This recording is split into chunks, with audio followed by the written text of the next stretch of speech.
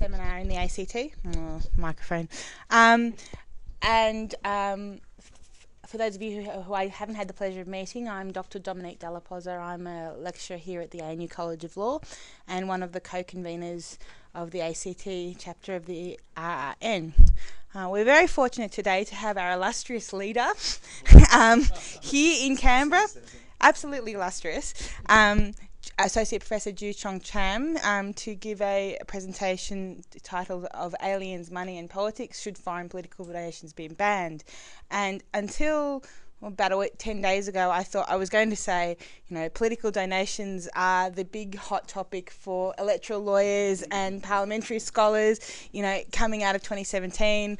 And then we had the Plebba survey, and now we have Section 44. So it's probably somewhere between second and third, but absolutely, this one's got legs, unfortunately. And as those of you who know Joo-Cheong, he's been working in the area of political donations and their impact on democracy for a very long time. So it's my great pleasure to welcome him to the ANU, and he'll speak for about 20-30 minutes, and then there'll be plenty of time for questions afterwards. So I'm going to what should I do, Mike? Just pop this like this? Yep. All right. Well, firstly, thank you very much to all of you for giving up your lunch hour to come today, and thank you to Dom, Damon, Michael, and Peter for organizing this. I think it's a real pleasure to be able to give this seminar, and I really look forward to our discussions and learning from you.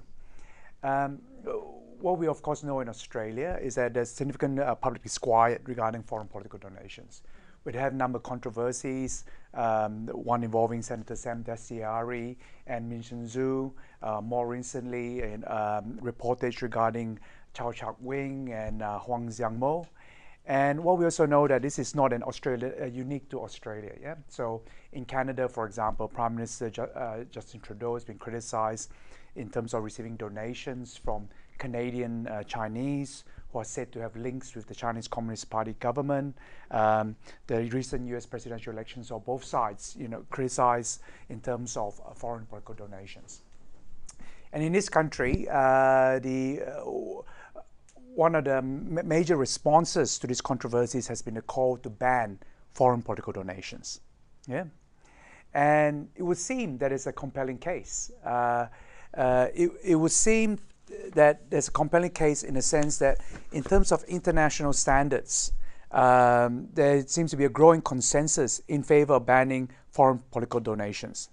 So for example, the OECD has called for contributions from foreign interests to be banned. There's a recommendation of the Committee of Ministers of the Council of Europe on common rules against corruption, and it states that, to quote, states should specifically limit, prohibit, or otherwise regulate donations from foreign donors. The European Commission for Democracy Through Law, also known as the Venice Commission, has issued guidelines that states, to quote, contributions from foreign states or enterprises must be prohibited. And one turns to international practice too. Again, we can perhaps infer strong grounds for banning foreign political donations. So according to the Global Database on Political Finance Laws compiled International IDEA, 63% of countries ban political contributions from foreign interests to political parties, and 49% ban such contributions to candidates. And when one looks at OECD countries, in fact, the number bumps up to 68% in terms of political parties and 56%. And even United States, with its libertarian First Amendment jurisprudence, allows and institutes a ban on foreign political contributions. I'm going to try to swim against the tide. Okay, I want to, this presentation, which is based on an article that's forthcoming in the King's Law Journal, cautions against these efforts to ban foreign political donations. And the way my argument or my sort of cautionary note is going to unfold is firstly, and you see this is really the structure, what you have on the slides, the structure of the article is really, firstly, tackle the very threshold question as to what we mean by foreign. And when we identify the main meanings of foreign, we in fact see three different meanings and three distinct rationales for restricting foreign political donations. Yeah. Two of which I think are reasonably convincing. but the main one of which, and I'll come to elaborate upon this, is grounded on understandings of political community, which I think rests on two problematic premises that I'll come to shortly. The other argument I'll put in terms of this cautionary note is really this anxiety or this concern about foreign corporate political donations. Yeah? And the argument I'll put here is that in most cases, the foreignness is not so much an issue as opposed to the corporateness of the political donations. So let me begin in terms of the substantive argument. The main justification for a ban on foreign political donations is, as international ideas put it, the principle of self-determination. So, for example, in a recent report, the Commonwealth Joint Standing Committee on Electoral Matters has recommended a ban on foreign political donations on the basis, to quote, the principle of national sovereignty. That is, only Australians should have the power to influence Australian politics and elections. Now, this justification in terms of self-determination implicitly counterposes domestic constituents with foreigners, the self and the other. And it very strongly raises the question, what exactly is foreign about foreign political donations? Now, it's of singular note that the various international standards I quoted to you, all but one, do not actually define foreign. And as I alluded to early on, when you reviewed the current bans on foreign political donations, they point to three different meanings of foreign and rest upon three different rationales. Now, first, political donations are considered foreign because of their geographical source. Yeah? So an example is you can find in Queensland, where there's a ban on gifts of foreign property. Yeah? So overseas source or foreign source donations. Now, the rationale here is one of compliance. Yeah? That the reach of enforcement authorities do not go, however limited it might be within the territory of Australia, they definitely do not go beyond the territory of Australia. So the risk here is that by not having a ban on foreign source donations, that those donations can be used as an avenue for laundering. Yeah? And therefore threaten self-determination and sovereignty, but only in the very limited sense that the efficacy of the political finance laws are undermined. A more potent threat to self-determination sovereignty, however, emerges from two other rationales from banning foreign political donations. In both cases, political donations are considered foreign because of the status of the donor. Yeah? The narrow rationale understands foreign to specifically mean foreign governments. Yeah? So, for example, the American Foreign Agents Registration Act, it was really targeted at foreign governments, yeah? Imposing disclosure requirements since 1938 on agents of, to quote, foreign principals, including a government of foreign country. And the aim of such regulation, as stated in the congressional record, was to quote, to prevent the efforts of foreign governments to influence the external and internal policies of the United States, thereby violating both the latent spirit of international law as well as the democratic basis of American institutions of government. There's, however, a broader rationale for banning foreign political donations grounded in understandings of political community.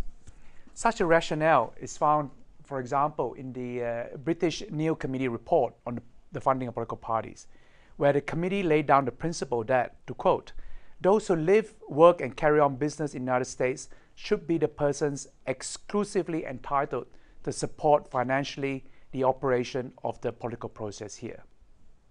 Similar principle you find in the Canadian Royal Commission on Electoral Reform and Party Financing. Participation in Canadian elections should be restricted to people and organizations that have a legitimate interest and stake in the future of this country. Now, when this principle is translated in concrete legal terms, what we see in fact is that what is considered foreign turns on three separate criteria: migrant status, the legal right to vote, and thirdly, business connection. Yeah. So an example of a ban on foreign political donations based on migrant status is Section 3363 of the Canadian Elections Act, which only allows Canadian citizens and permanent residents to make contributions to registered political parties and so on and so forth. Yeah, so it's your status, whether you're a permanent resident or citizen or non-permanent citizen, that determines whether you're foreign under in this particular instance. Now, an example of for a foreigner, the status of foreigner being based on the legal right to vote can be found in terms of the ban that was enacted in New South Wales. Yeah. So this ban, which was struck down by the High Court in Unions New South Wales, was restricted the ability to donate to those on the electoral roll. Yeah. And you can see the justification, or at least one of the key justifications put for this ban, put very clearly by the then New South Wales Premier Barry O'Farrell. He said that the only way you can ensure that the public is going to have confidence about electoral roll is to limit donations to individuals who are on the, confidence about our electoral system is to limit donations to individuals who are on the electoral roll. It must be limited to those Australian citizens who are enrolled, not overseas citizens and non-residents, because of course those people do not get to vote. They do not have a stake in the system and they should not be able to influence the system. Not unique to Australia. American Senator, US Senator Lloyd Bentsen, who was the architect for the US ban on foreign political donations, said this when introducing the relevant amendments. Foreign nationals cannot vote in our elections, so why should we allow them to finance our elections? Their loyalties lie elsewhere. They lie with their own countries and their own governments. Now, when you think about those two criteria, migrant status and the legal right to vote, if you apply them strictly, that would of course exclude business entities and corporate entities, yeah, because they can't be migrants. They can't, and generally speaking, they don't have the right to vote in this country, yeah. So therein lies the third criterion for determining whether a donor is foreign or not: business connection. Now, again, this is drawn differently. In the US, it's about the principal place of business, yeah. So if most of your business is in that particular country, then you're considered domestic, not foreign. In the UK, it turns on the issue of registration. Yeah. So if your company is registered in the UK, you're not considered foreign. If you're registered elsewhere, you're considered foreign, and that regardless of where is the preponderance of your business activity. Yes.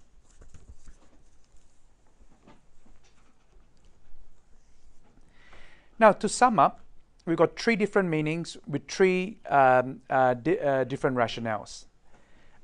In my view, the first two are compelling. Yeah. With the first, it's clear that securing compliance with political finance laws is a major challenge for regulating money in politics generally. Yeah.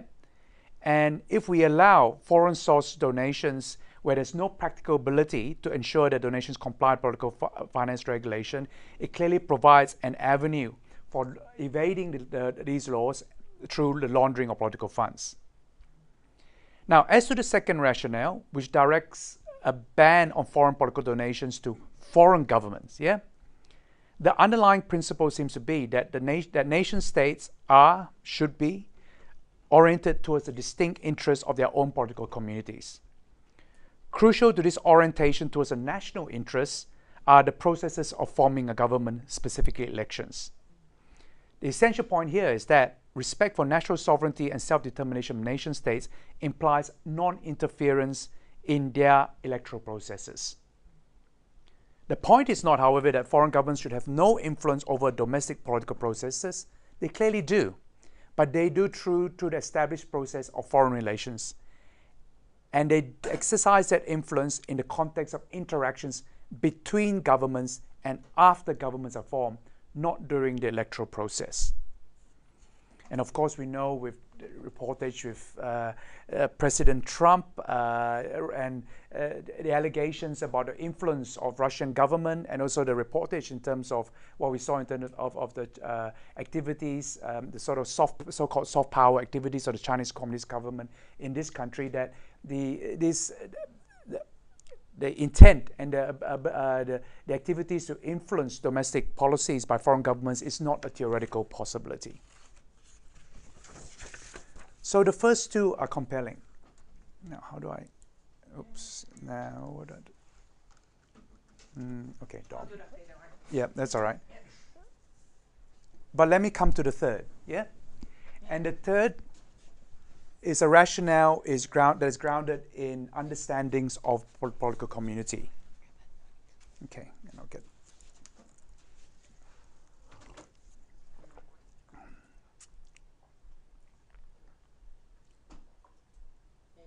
next one, yep. Sorry, I'll skip that. This one, yep. Yeah. Okay, yep, that's all good.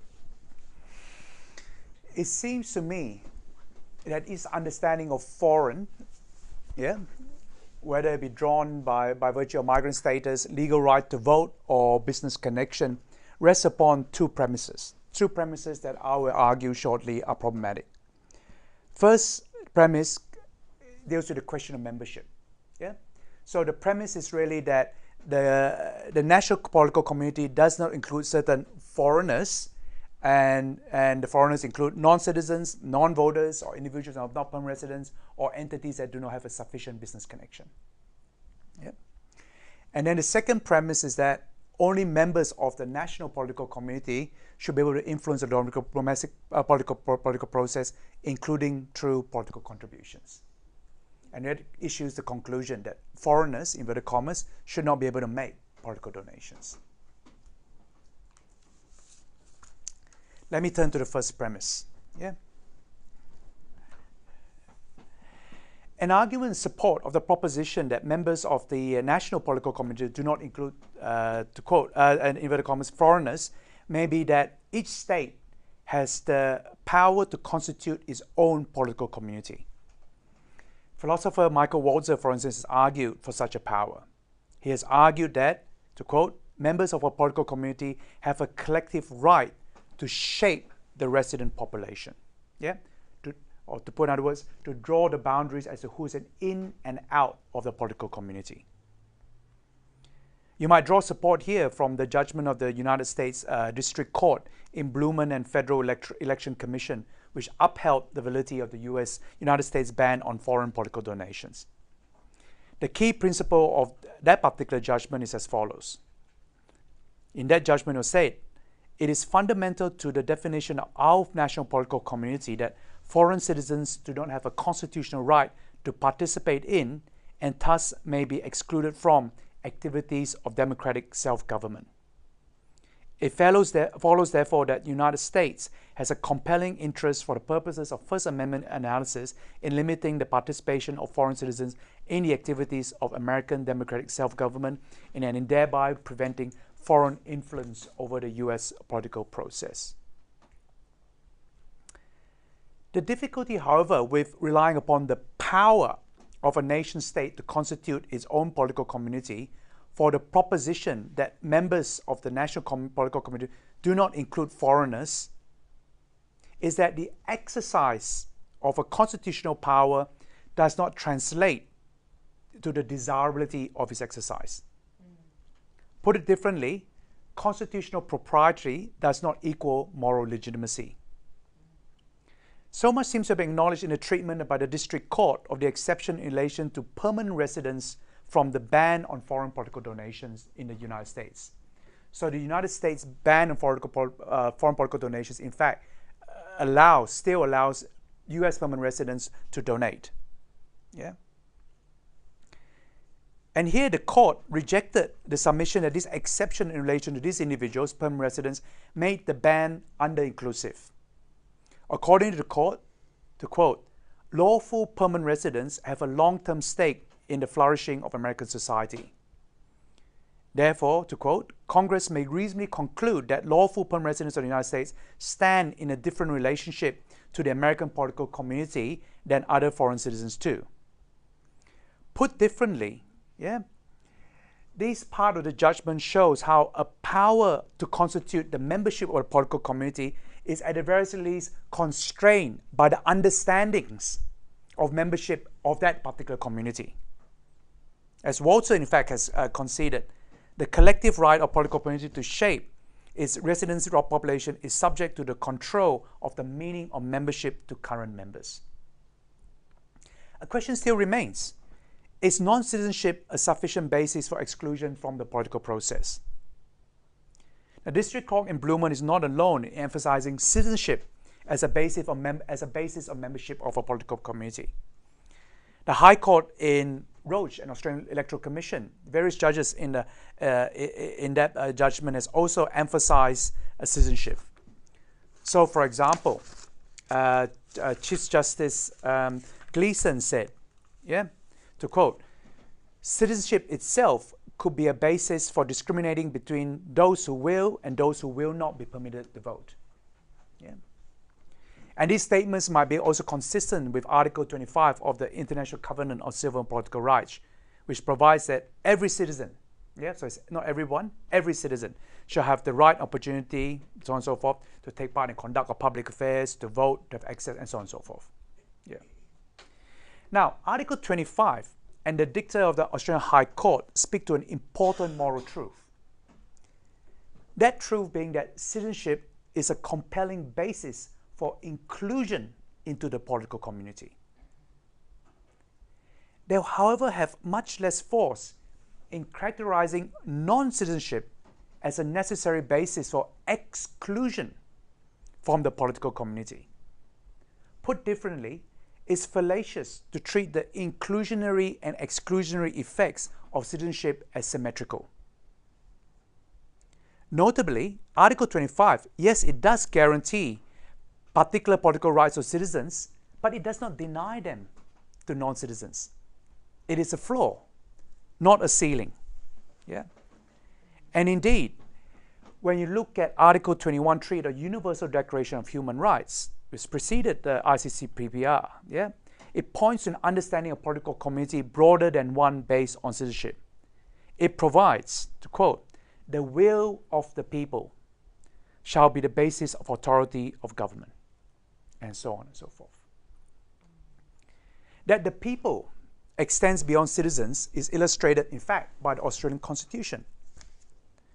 When you look at Section 24, and it's a bit of a neglected paragraph, second paragraph of Section 24, essentially it says that the number of seats in the House of Representatives should be determined, to quote, "according to the number of the people of the Commonwealth, as shown by the latest statistics of the Commonwealth." Yes? Now, the ABS, in turn, determines the number of people in the Commonwealth by a concept of usual residence. And the concept of usual residence, to just distill, is based on the 12-month rule.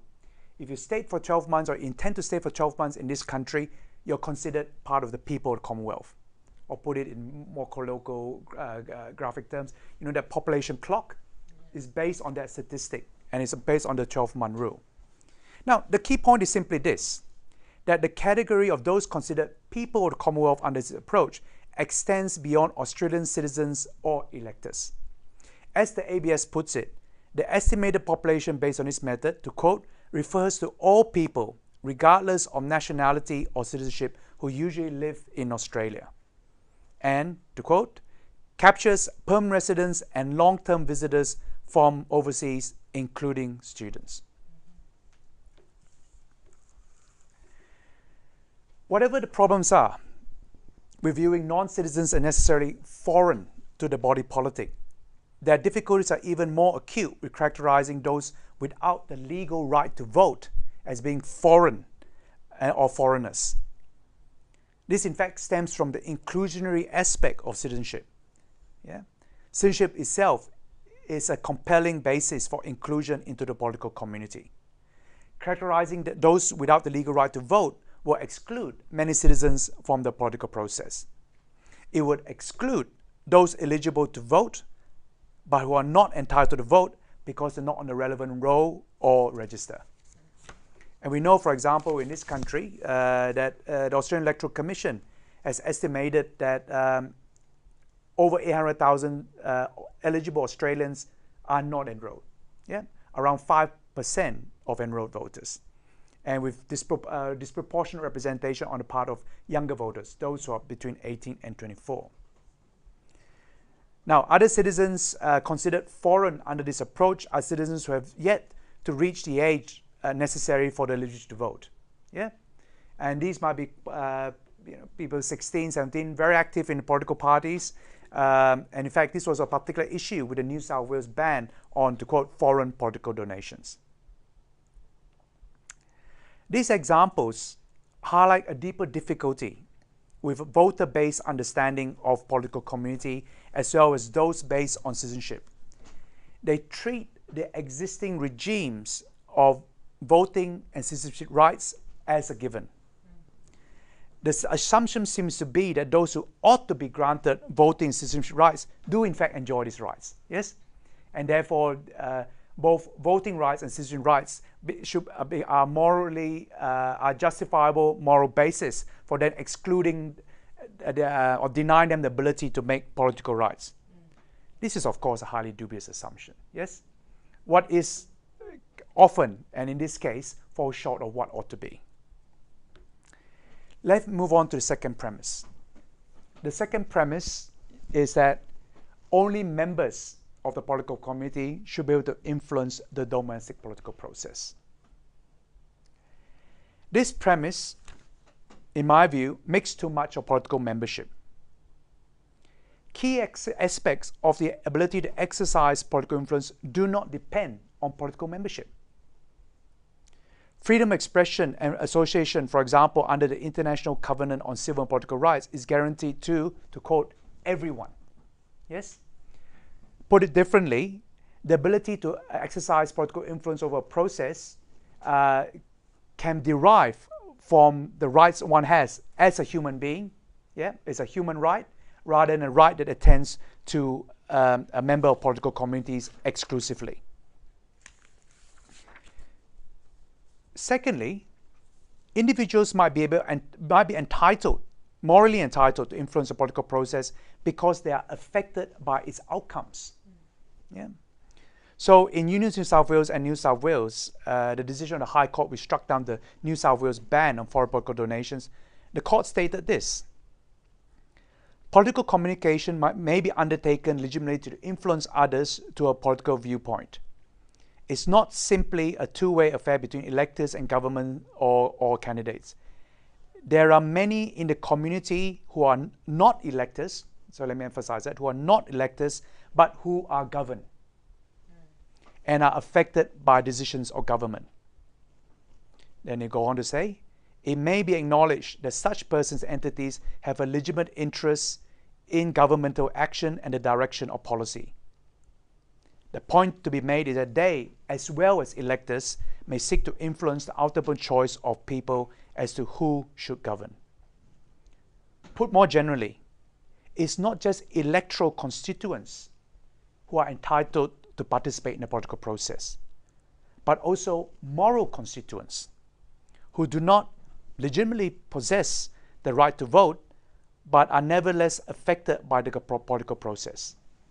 And moral constituents are not restricted to the members of the political community.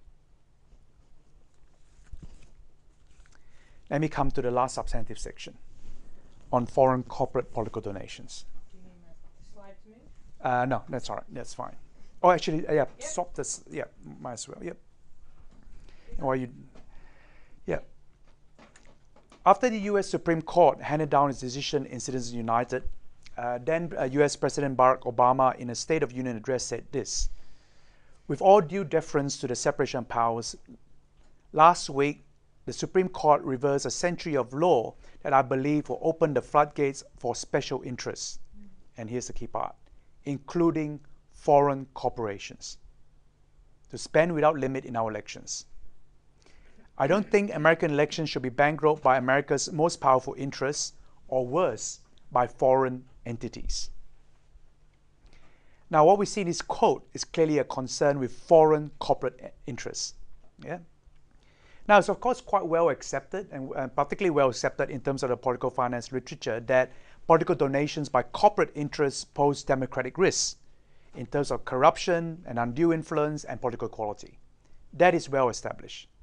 But the question here is this: what additional danger is posed by the fact that these commercial corporations are foreign? Yeah. Now, the implicit arguments would seem to be like this, and it seem to be analogous to those made in relation to foreign governments, that foreign commercial corporations owe their allegiance to other countries, yeah, or other political communities. But if that is the argument, it is difficult to discern the processes that produce such an allegiance. Unlike foreign governments, foreign commercial corporations are not subject to the political process that might yield such an allegiance. Rather, the governing process, invariably, is one of the market, where the profit motive rules. Indeed, it's a distinction between the political and market spheres that gives rise to the well-established democratic risks of corporate political donations. But this highlights the oddity of presuming that foreign corporate interests will owe their allegiance to their home country. If corporate political money can subvert democracy when coming from domestic sources, why shouldn't this also be the case when foreign commercial corporations are in their own country? Yeah? When they're not foreign, they're domestic corporations. The difficulties are even more acute if the home country of commercial corporations is determined by the place of incorporation or registration, which might not have a very strong correspondence in terms of the preponderance of activities, or might not be the principal place of business. Now, it might well be, of course, that for some commercial corporations, that their market interests become strongly aligned with the interests of the nation in which they're based. Yeah? For example, because its shareholders, workers, and consumers are principally based in that country. But this would seem to be far less the case in the age of so-called flexible accumulation, where ownership, labor supply, and consumer demand are increasingly globalized. And this is, of course, a point that applies more forcefully to multinational corporations. And when we think about foreign commercial corporations, they are by definition multinational. As the OECD has noted, to quote, globalization shifts this debate as well. Many multinational corporations have become part of the economy of hosting countries, creating a large number of local employments. The question whose money and thus whose political preference should influence a country's elections and political parties is becoming more complex. Now, it remains to address situations where foreign commercial corporations or foreign business entities are said to be agents of foreign governments. Now, this is a concern that was evident with the controversies involving Canadian Prime Minister Justin Trudeau, as well as the one involving Senator Sam Dastyari. Yeah. I'll make 2 points here. The most important of which is that the concern here is not with foreign commercial corporations in general, it's really with them acting as agents of foreign governments. Yeah. The other point to be made is also a significant one, is that these controversies sometimes carry a risk of conclusions being drawn on insinuations, sometimes with a racist tinge. Now, take, for example, the Australian controversies concerning Chinese, so-called Chinese political donations. In the reportage, Chinese, when referring to those who made political donations, or Chinese donors, Chinese companies, had at least 5 separate meanings. Yeah? And you have up my slide the 5 separate meanings. Yeah? One is that they refer to people just of Chinese ancestry, yeah? Regardless of the country of origin, yeah? And regardless of whether they're permanent resident citizens. Yeah? Or more narrowly, they refer to people who are born in the People's Republic of China, who again might be citizens or permanent residents of this country or not. Or thirdly, they refer to people who have continuing connections with the People's Republic of China. And fourthly, they might refer to people who have links. Okay, links is a very vague and amorphous term that is thrown a lot in terms of reportage. Some kind of association with the Chinese Communist Party. Yeah? And then much more narrowly, and this is where the specific concern is that these are people who are acting as agents, yeah, of the Chinese Communist Party government. And the last meaning is, of course, I think I've said a number of times, one of very real concern. But the risk here is that the first 4 meanings easily slip into the 5th meaning. Yeah? Take, for example, the figure who was at the center of the controversy implicating Senator Sam Dastyari, Min Sun Zhu. He migrated from the People's Republic of China and operated an Australian-based business. So he meets meaning 1 and 2. He's also a delegate of the Chinese People's Political Consultative Conference. So he meets meaning 3 and 4. But the implications seem to be, or the insinuations seem to be, that because the first 4 meanings were met, he was therefore an agent of the Chinese party government, which may or not be true, but all I'm saying is that it doesn't invariably follow from the first 4 meanings. Yeah. It's not fanciful to suggest that at times a strand of scarcely veiled xenophobia with all fears of the yellow peril seems to run through some of the debates over donations from Chinese companies. This occurs quite subtly. First, through the racialization of donations from those of Chinese ancestry or those who were born in the PRC. One has to ask, why is ancestry or country of birth presumed to be significant among Chinese political donors, but not among other donors who, of course, have ethnicities? We all have ethnicities. This racialization then trades on the dark ambiguity of the label Chinese, with that implication, not necessarily supported, of interference by the Chinese government in Australian politics.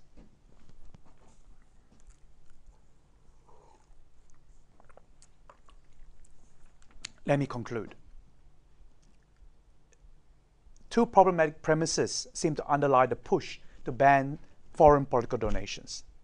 First, that foreigners are not members of the political community. Secondly, foreigners do not have the right of political influence. Both can reflect and exacerbate xenophobia. While xenophobia is clearly not new, there's a heightened risk of such prejudice with the rise of populism, which sees the other as the enemy. And this is a risk that should be keenly borne in mind in any debate over whether foreign political donations should be banned.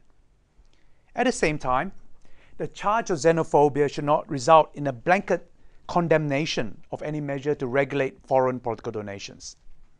To do this will be to succumb to the extremist politics that characterizes xenophobia.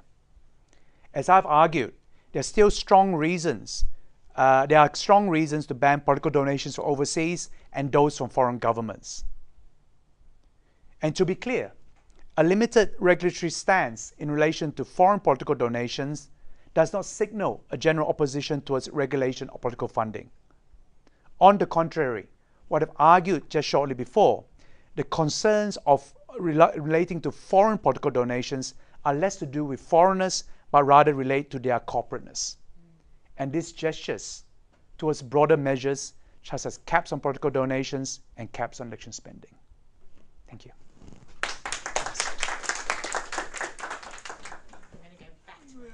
Yeah.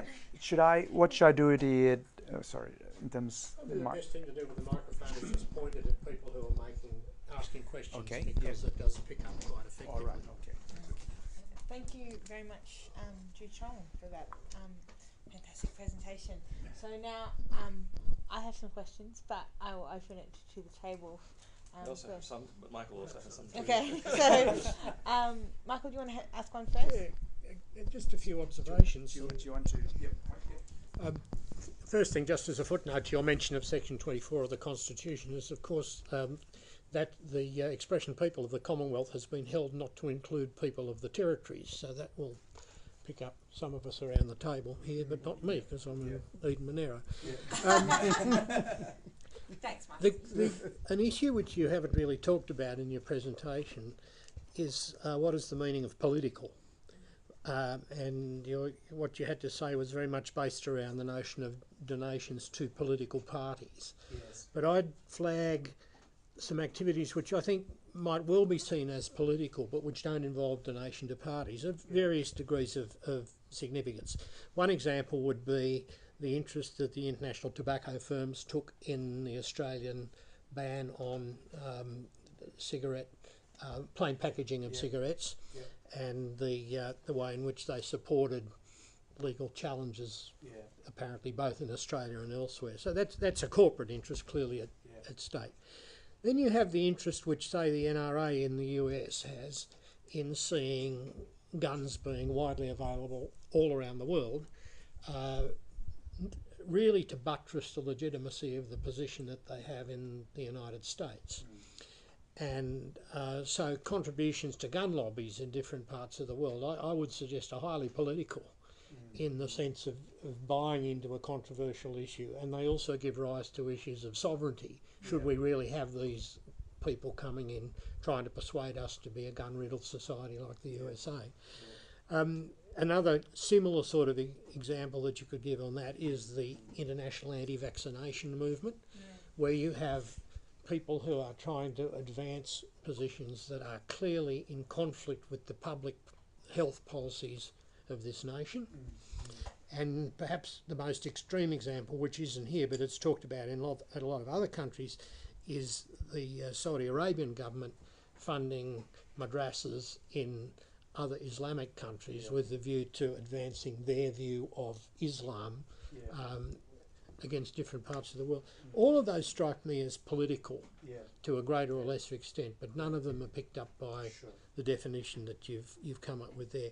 It's also, I think, arguable whether in the gun case the people in America are affected directly by what happens in Australia, but they are indirectly affected by the fact that what happens here may strengthen or weaken their own position and global perceptions of the legitimacy of their position. So you do get, I think, an interest in what's happening in other countries for enforcing global legitimacy of views. And the way the American religious conservatives takes a similar sort of interest in, for example, anti-gay laws in Africa, is yet another case where that arises. So I think it may need to broaden out the concept of what's political. Yeah, sure.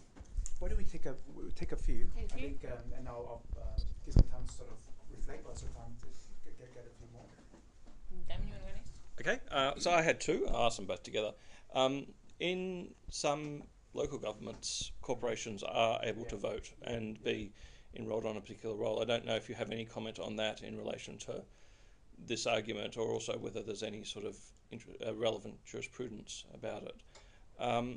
The other is that how important is concern about foreign political donations in a hypothetical environment where you have things like donation and expenditure caps?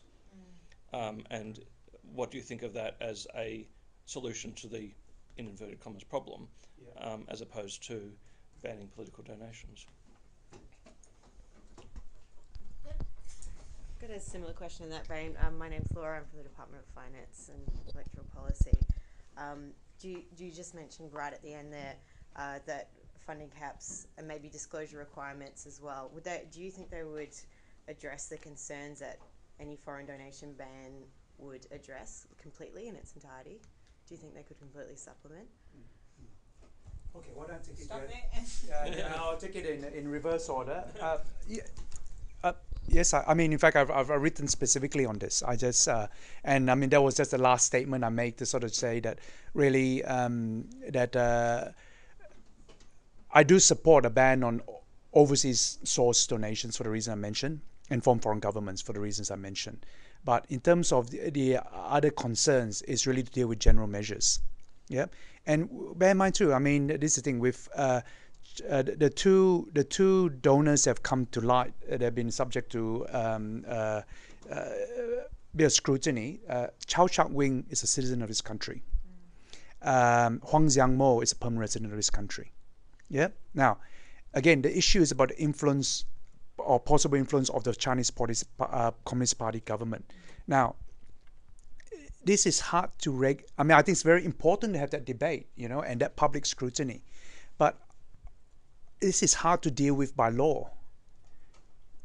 In terms of how would you? I mean, in terms of to decide whether. I mean, I suppose you might say that if in fact they've got money directly or indirectly from the Chinese Party government, you can catch it by law. But if their interests are aligned with the Chinese Party government, and they're using their own funds and it looks to be the case, to actually fund the political parties, you can't do. I mean, it's by transparency and having by the caps on political donations that actually limit the ability of money to influence the political process. So I mean, that's it's something I've explicated in an opinion piece even just half a year ago. It's on the conversation at ABC.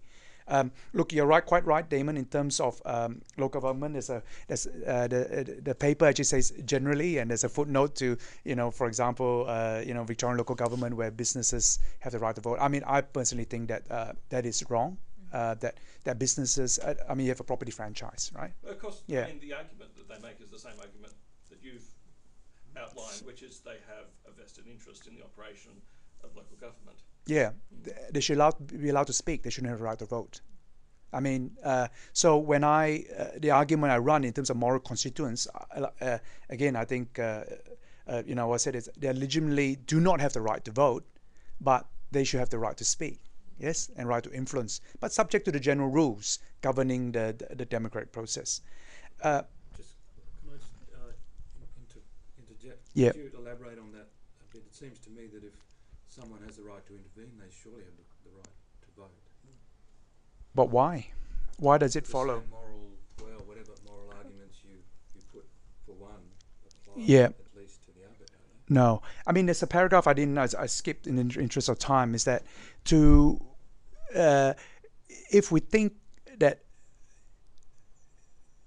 I'm not so the logical argument, I mean, basically takes us to some kind of equality in terms of between moral and electoral constituents. Yeah, okay. So if somebody has the right to speak because they are subject by the laws, they're governed by the laws, then they therefore should have the right to vote. But if we take that logic, we're hollowing out the meaning of membership. Yes, if we're saying that members and non-members should have equal political rights, then membership of political community has no meaning. Membership, any community, in particular political community, requires boundaries. Yes, okay. Now, it requires that there be certain rights, political rights, that are reserved only to members. Yeah, and I have a broader view about what membership should mean, as I argued, but and the right to vote, it seems to me, is really of singular importance in terms of defining who is a member and not a member. Yeah. Sorry, where else? Yeah. No. Michael's point. Yeah, you're quite right. I mean, I focus on electoral, just given the specific question I was trying to address, which is about political donations. I focus a lot on the electoral process because that's where the donations come through. But I think some of your examples, even within, and you're right, I mean, political has much broader meaning than that. But even some of your examples will come within my narrow meaning, right? I mean, we're talking about really not just political parties and candidates being funded, but third parties being funded by inverted commas, foreign sources. And in fact, this is, for those who have read the Joint Standing Committee Electoral Matters report, this was this latecomer issue that I think as a result of lobbying, particularly by Get Up and various organizations, that resulted in a minority report on part of the Labour Party and Greens members, is saying that you should have a ban. If you have a ban on political donations, I'm summarizing a few things here, but it should only apply to political parties and candidates and not to third parties. Yeah, and I must say that is wrong. I think that is wrong in principle, but it's basically driven by some of the examples here. Yeah. Sorry, are there any other questions? Yeah, I've just got a quick question. Do you have any thoughts on managing candidates who use their own personal wealth that's generated, funded and dependent in foreign countries to support their own candidacy? So could you elaborate upon that? I can't think of a particular example, but No example, but it's their own funds, but what they've invested overseas. their own wealth is built on a reliance on an overseas investment, overseas country, where they're dependent on an overseas country for their wealth. Yeah. They then use that wealth to fund their own campaigns. I just wondered if you had some thoughts around that. Yeah. I don't have any. My concern here wouldn't be so much about the source of those funds. Yeah. So let's make it more specific. They've investments. For example. Yeah. They made investments in Indonesia, with timber companies and so on and so forth, and they're getting money from those companies and they're bringing it back to Australia and they're using that money in turn to to make political donations. I wouldn't. There might be concerns in terms of the business activities being carried out in those countries. Yeah, but let me put that aside. But I'm just looking strictly from perspective of the risks to the democratic process. Yeah, I don't think the source of that money poses a problem per se. The issue is a general issue with large political contributions. It's not with the source, but it's how much they put in. I'll give you an edge case. So say Yeah. that you're a cabinet minister, and I'm not suggesting here, but say you're a cabinet minister in a government, your income is all based in a particular industry in a particular country. Pressure is brought upon you as the source of your wealth. So that influence, I'm going to lose my income, I won't be able to fund this. That is influence and pressure as well. Yeah. So I think that is a direct correlation. Yeah. And I suspect goes on in plenty of places. Yeah. I mean that would be. Yeah. I mean the scenario you're pointing to. I mean it's really. And it is interesting to think about. I mean, you might even think about it in terms of, many of the companies, big companies operating in this country are multinationals. Yeah, so they'll be foreign. Some will be, incorporated overseas and so on and so forth.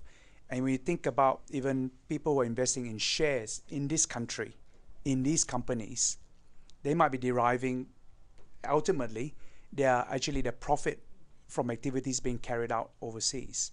Yeah. They don't sit in a position of influence Sure. for policy decisions. Sure. No, I think that raises a conflict, at least a perception of conflict of interest. No, I'm not trying to deny that.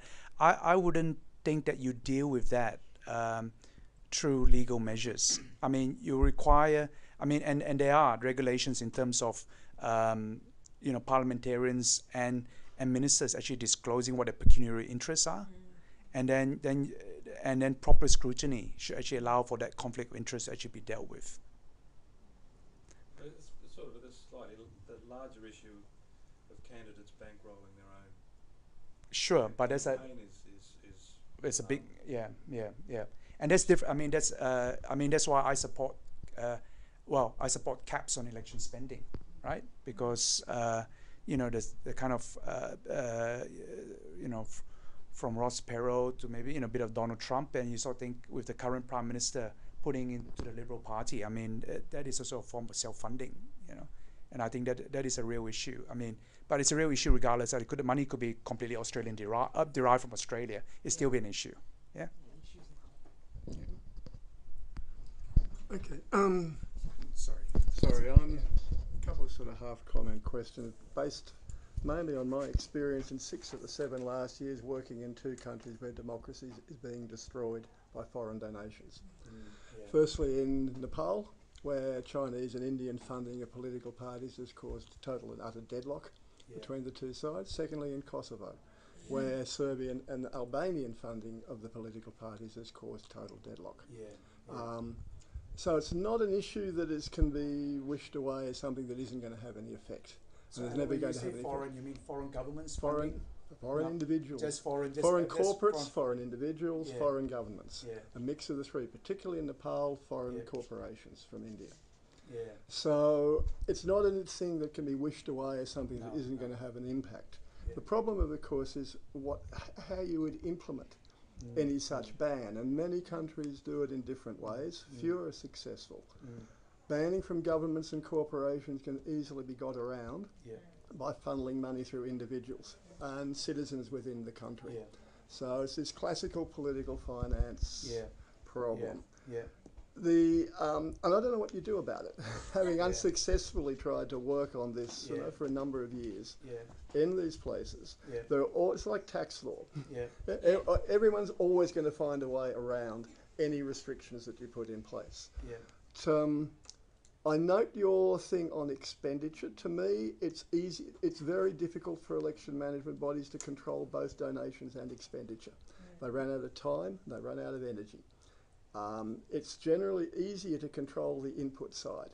And if Malcolm Turnbull wants to contribute to the party, he's limited to $1,000 like everyone else, or $10,000 like everyone else, rather than being able to self-fund to a huge amount. Controlling expenditure is very, very much more difficult for most of the control authorities. The European experience, I'm not sure, and they're all for bans. I don't think it's all that relevant to Australia because Venice Commission, EU are dealing with a European concept where you don't have citizens of one country. And in most countries, residents can vote and can contribute anywhere. Everyone's on the voter register because it's a passive register. So all citizens are voters. So they perhaps have a little bit more, a different background from which to come to their sort of restrictions that they want to put on. But I think as other people have made, it's not a matter of where the money comes from, but what's its, is it sourced and how much is it? That's coming in, and how do we get a control system that limits that so elections aren't bought by anyone, foreigners or domestic? Look, I mean, this, as you can see my earlier comments, as much I agree with you. I mean, I generally think that regulatory measures that are based on the status of the donor are more difficult to enforce. You know, whether I mean, and this I mean, an example is the New South Wales ban on restricting those on electoral roll, or even the ban on money being given by property developers and gambling entities. I mean, because it's not apparent from the transaction itself whether the ban is being complied with or not. So you actually need to actually go beyond that, right?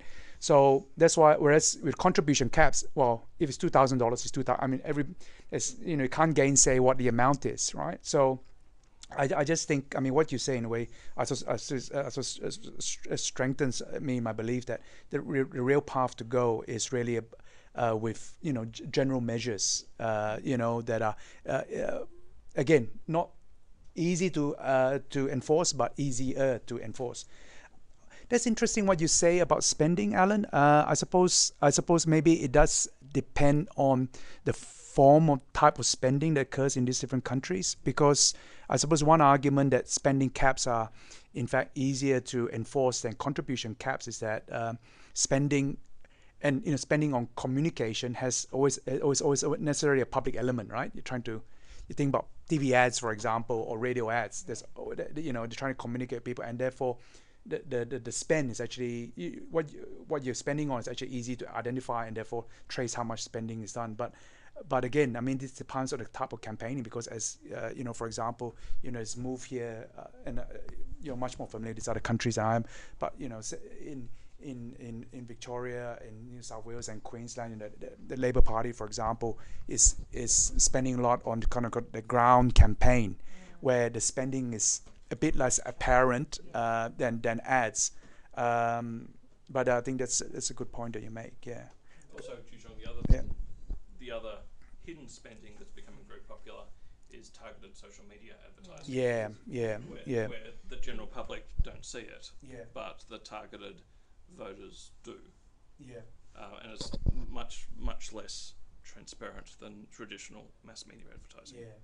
But I mean, maybe Rohan and one can contribute here. I mean, if you any system like having an ACT would have also financial requirements about audited accounts and so on and so forth. So these are of course essential ways to track what comes in and what goes out. But in social media, everyone's an activist and has an audience. Whereas you can control what the party's spending, you can't control what 30,000 activists are doing on their social media accounts. But I would treat that differently, right? I mean, because again, there is a qualitative difference between somebody's spending $500,000 to basically get some social media activity, as opposed to let's say 10,000 activists spending their own time, all right, going lobbying people. Right? I mean, so we take it from perspective of either corruption or political equality. I mean, in terms of, there's no corruption when you're using your own time and you're just using your own time. But secondly, we're all bound by the biological, the strictures of 24 hours in a day and 7 days a week. All right. I mean, there's a natural equality to the time that we can spend. Yes. So, in terms of the reciprocal quality, I mean, I don't, so I would treat them quite differently, right? I mean, yeah. In fact, I welcome that. I will welcome more activists. You know, it's a more democratic way. I'm not, Yeah. not welcoming. All I'm saying is Yeah. that's another form of expenditure on behalf of the party that you can't contract really or control. Yeah. No, but Yeah. but I see volunteer labour as actually not problematic. I'm not talking about volunteer. Oh, I'm right. saying like if I go out and spend $400 on Facebook boosts Yeah. for Yeah. a party, and that's not trackable expenditure. Yeah, sure, Social media is going to be even more difficult to sure, control sure. expenditure It's through. gonna get really Yeah, hard. no. Yeah. So was that we were a little over time, but if there's a one or two last questions, we can squeeze them in. Just one last observation is that going back to what you talked about, the geographic basis for defining communities, if you take that to its logical conclusion, that would suggest that New South Wales money should not be spent on Queensland elections. Yeah. Or people from Queanbeyan, God help them, shouldn't try to intervene in ACT elections. Now, that's probably a pretty good reductio ad absurdum. Yeah, because the people of Queanbeyan, to a very large extent, No. are interested in what happens in the ACT. It is a single course, community yeah. with an artificial boundary Yeah. in the middle, in the same way that the District of Columbia is effectively an artificial community boundary. So, what does one make of that? Yeah. No, good point. Well, thank you everyone, and particularly to Joo-Cheong for a stimulating presentation and some wonderful questions. So